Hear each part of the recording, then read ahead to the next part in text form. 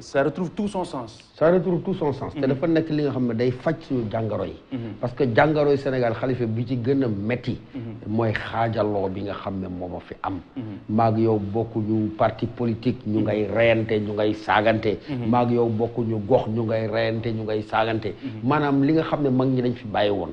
mooy li nga xam ne ñu jàpp ne réew mi benn saq la ñun ñoo war a defandoo ñoo war a xalaatandoo. bu jagee jagal ñëpp loolu daf fi jóge. réewu bopp sa bopp la. mbaax yi ñu doon fësal tey jóge na fi. médiocrité. mbon ñaaw jikko ya gën a ñaaw yooyu la ñuy tëggal di ko sàbbal di ko fësal. fi mu nekk ni réew mi boo fi bëggee siiw taxawal nga baal ma ci wax bi nga dagg aw saaga wu mu gën a ñaawee. léegi nga nekk ku siiw di koy invité ci plateau télé yi. di ko invité muy wax yu kenn xamul. lii moom daf ko jëlee ci ki nga xam ne ni mu ko waxee waajuram mooy Seydina Issa Rouhou Laye mais mu dëggu ci xool fàttalekul guddu Ndakaaru Sëñ Touba yi fi yaa ngi koy fàttaleku.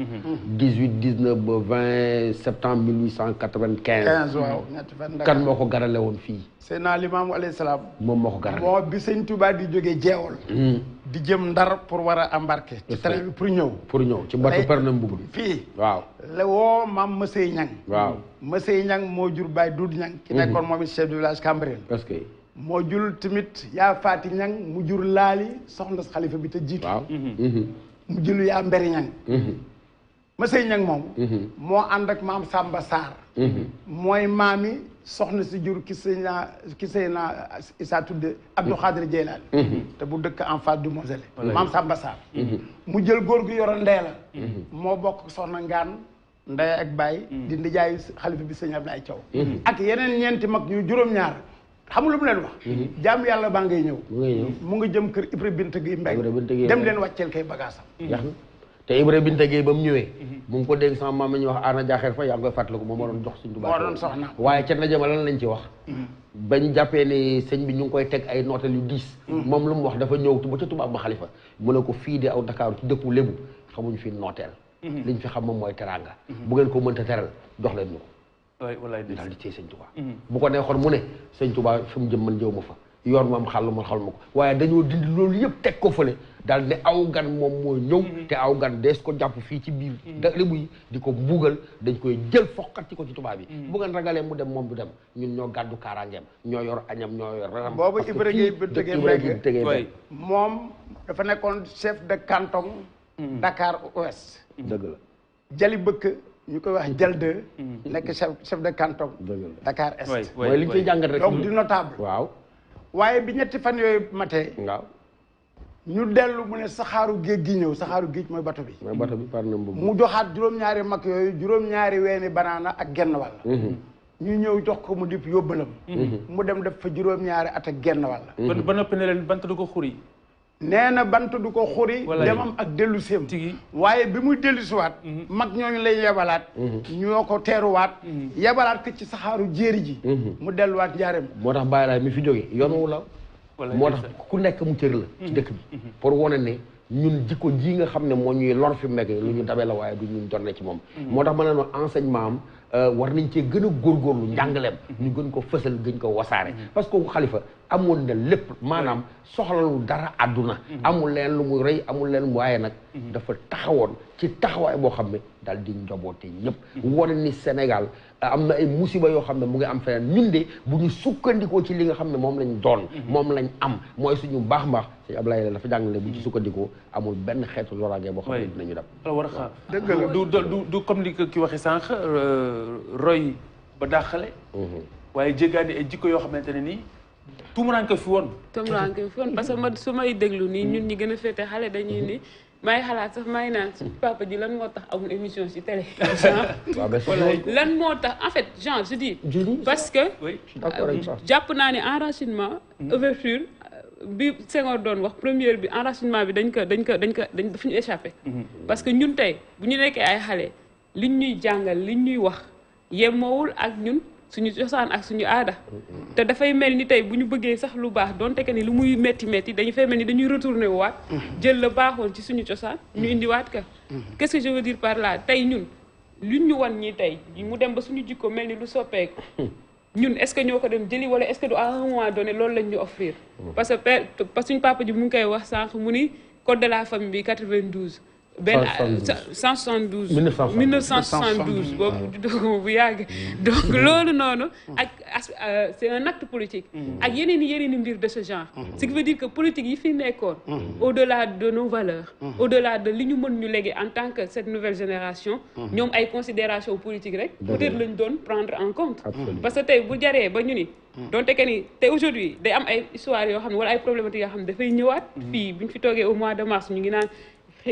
giir gii xeet bi ak xeet bii ñu ngi naan yenn saa yi musulmans yi ak chrétiens yi ma ni non c'est des problèmes déjà réglés mën nañ jàpp ñu ni ñun fii Sénégal adduna du yàgg ba ñu ni ñi pël beeg séeréer bi ñu ngi rayante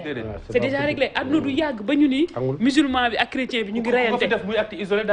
mënutul nekk parce que c'est des fondements yoo xam ne dañ ko teg te li ko teg du ay faux et donc kon responsabilité bi mooy suñu ñu défenser mooy aussi ñun ñii naka la ñu mën a def ba valeur yooyu ñu leen di gën a propulser bu may xalaat émission lan moo tax ñun mënuñu def de sorte que contenu yi ñuy def peut-être dafay am en adéquation ak suñu gëm-gëm ak li fi dem tu es gentil en parlant d'émission je pense que dañu war a dellu ci livre yi jàngale école xam nga waaw parce que bon on essaie de voir kenn ku si nekk lan ban part lay apporter mais tey jii moo tax ma ne bu ñu gëstoo tuuti def ay jéego ci waa laayeen yi da ngay étonné wu ci la fa nekk ci xam-xam googu nga xam ni tey ñi nga xam ne ñoo ni laayeen la ak ñi intéressé wu ñoo koy xam te pour man loolu dañ ko war a wasaare pour que képp koo xam ni parce que philosophie bi mooy nekkal ci li nga nekk bàyyi ñu nekk si li nga nekk te si li nga nekk ñun dañ la ciy jàppale lan moo tax ñun ñi wala ñeneen ñoo xam ne nii considéré wuñ peut-être seen bopp comme laayeen mënuñu dem gëstu parce que boo demee gis man dem naa gis ni ku dem da ngay gis te loolu ngay gis xam-xam la boo xam ni ku ci taxaw di nga mën a yiir Sénégal yiir fépp li ma dégg si professeur mu marqué ma si biir wax ji mooy bi Limaamu ne fii Ndakaaru la xamuñu fi nooteel bu ngeen ko teral loolu ngeen jox ñu ko ñu teral ko kon kooku xam nga ni xoolul woon lu neex ña fi nekkoon xoolul woon kenn mu ngi doon xool digganteem ak boroomam mu ngi doon xool ni kii nii dayo gi mu am ci gëm-gëm dayo gi mu am ci jaamu yàlla mbokkam la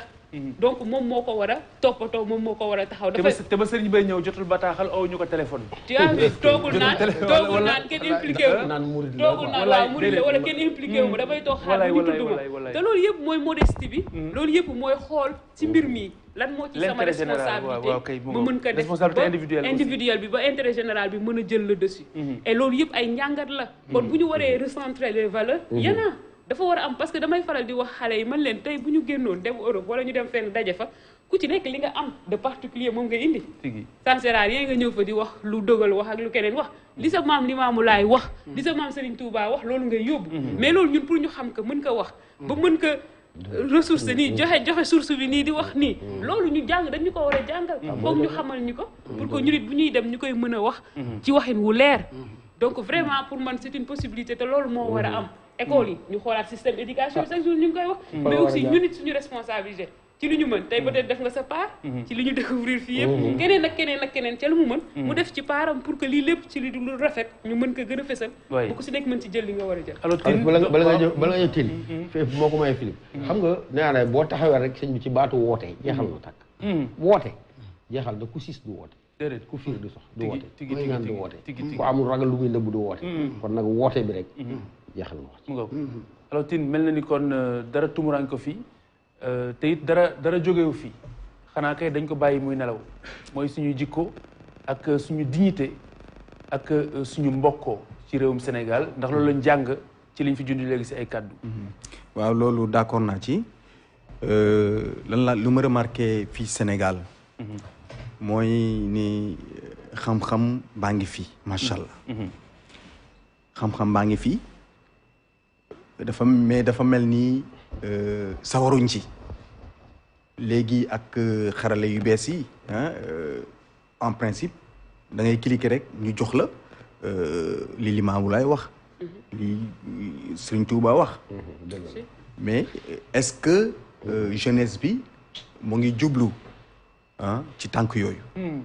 je pense que orientation la wax nañ éducation war nañu déjà dans nos écoles ñu xiir xale yi ci l'utilisation de ces outils. nga baal ma dooguma la mais à chaque fois que bu ñu waxee loolu rek dafa lu ñëw sama xel prof loolu dafa ma marqué ci parce que nekkul ci suñuy livre parce que nekkul ci livre programme xale yi que bu professeur taxawee di leen jàngal philosophie Serigne Touba wala philosophie Baye Laye xale yi dañuy foog ni digression la bokkul si cours bi duñu bind duñu jël note xam nga loolu tamit c'est un mal bu ñu war a régler à la racine waaw loolu am na tey bu nekkoon si programme bi nekk si livre bi buñ tuddee kenn si ñoom xale yi dinañ noter parce que mën nañ jàpp ni dina génn bac waaw loolu am na xam nga lu nekkul ci programme rek loo ci boole des gars dañuy c'est normal que ñu ne digression la voilà jot na suñu programme yi ñu taxawal connaissance yi te ñoo xam ne c'est de la réalité et j'ai salué l'idée de l'écriture générale de l'histoire du Sénégal amoon na temps indi woon na fi coow je pense que c'est dans la discussion que j'ai la lumière am li ñuy wax ci sama tarixa d'accorduma mais nañ indil ñu contribuer mu avancer je pense que loolu am solo la war nañ ci gën a taxaw ministère bi am en charge l'éducation war nañ ci gën a taxaw expert yaa ngi fi Sénégal moom ñàkkul expert il suffit juste nga toogloo leen wax leen ban orientation ñu bëgg s'il le faut sax mag yaa ngi fii suñu contenu programme il n'est pas dit que exclusivement dañuy jàngale lu fi ma bàyyi woon mais dañuy on s'enracine d'abord pour s'ouvrir je pense c'est important sinon suñu doxin bi du mat beneen wàll bi mooy dialogue interreligieux généralement on parle plus particulièrement de islamo-chrétien mais interreligieux parce que balaa islam di ñëw balaa christianisme di ñëw amoon na la religion traditionnelle voilà te ci même Sénégal même ba léegi la religion traditionnelle am na fi wàll bu baax léegi dama bëgg saluer effort yi suñu njiitu diine yi en tout cas ñoo ngi def seen kéemtalaay kattan ngir demante bi mën a am ñun par exemple Popenguine su jotee délégation bi pratiquement toutes les maisons religieuses sont représentées loolu je pense que c'est important en tout cas kilifa yi ñoo ngi béy seen wàll maintenant ku nekk moo war a béy wàllam man mën naa bokk ci benn tarix ou bien maa ngi ci église bi mais su ma deful signe d'ouverture lu kilifa yi mën a def wala man ni sama bosa fi gën voilà effectivement ku nekk mën na jàpp ci biir xolam ne bosam a gën mais jàppal ne nit keneen am na droit far feneen te yàlla moo bindee àdduna noonu je pense que suñ ko comprendre loolu valeur bu ñu waxoon ci fédérateur vraiment dinañu mën a may ñu tabax Sénégal parce que Sénégal jot nañu tabax ko ci kaw lan ñu bàyyi wax ji parce que lépp valeur yaa ngi fi valeur yi taxaw nañu ba pare ñu jëfe valeur yi ku nekk jóg mu ne man dama bëgg Sénégal taxaw Sénégal jëm kanam Sénégal en tout cas bokk ci réew yu gën a développé. parce que Philippe li nga wax ni dafa mel ni tayef la sax. ci tayef la suñu wàllu ñun sénégalais. parce que ndono gaa ngi fi. ñu ñoo ko ignoré. ndono gaa ngi fi. en tout cas y' a plus d'excuses. wax ji dafa ci tout sur les plateaux de télévision. wax nañu lépp. lu des mooy lan.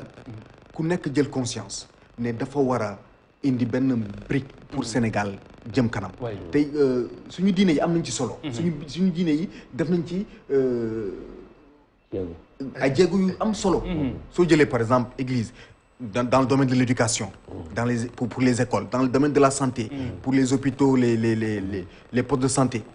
soo jëlee aussi yeneen tarixa yi am na ay jéego yu ñu teg léegi nag jot na ñu ku nekk gën a taxaw